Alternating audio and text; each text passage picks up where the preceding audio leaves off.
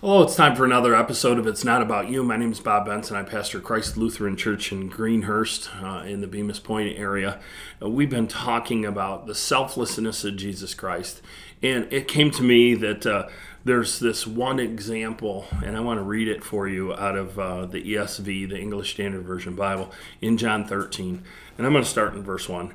Now before the feast of the Passover, when Jesus knew that his hour had come to depart from this world, having loved his own who were in the world, he loved them to the end. During supper, when the devil had already put it in the heart of Judas Iscariot, Simon's son, to betray him, Jesus, knowing that the Father had given all things into his hands, and that he had come from God and was going back to God, rose from supper. He laid aside his outer garment, and taking a towel, tied it around his waist. Then he poured into a basin and began to wash the disciples' feet and wipe them with the towel that was wrapped around him. He came to Simon Peter, who said to him, "Lord, do you wash my feet?" Jesus answered him, "What I am doing you do not understand now, but afterwards you will understand." Peter said to him, "You shall never wash my feet." Jesus answered him, "If I do not wash you, you have no share with me." Simon Peter said to him, "Lord, not only my feet, but also my hands and my head." Jesus said to him, "The one who is bathed does not need to wash except for his feet, but is completely clean. And you are clean, but not every one of you." For he knew who was about to betray him. That's why he said, "Not all of you are clean." When he had washed their feet, he put on his garment and resumed his place, and said to them, "Do you understand what I have done for you? You call me teacher and Lord, and you are right, for I am so. If you then, your Lord and teacher, has washed your feet, you also ought to wash one another's feet.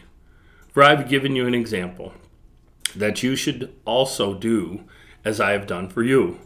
Truly, truly, I say to you, a servant is not greater than his master, nor is a messenger greater than the one who sent him."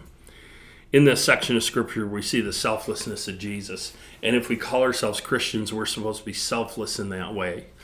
So is it okay for the master of the house to wash feet?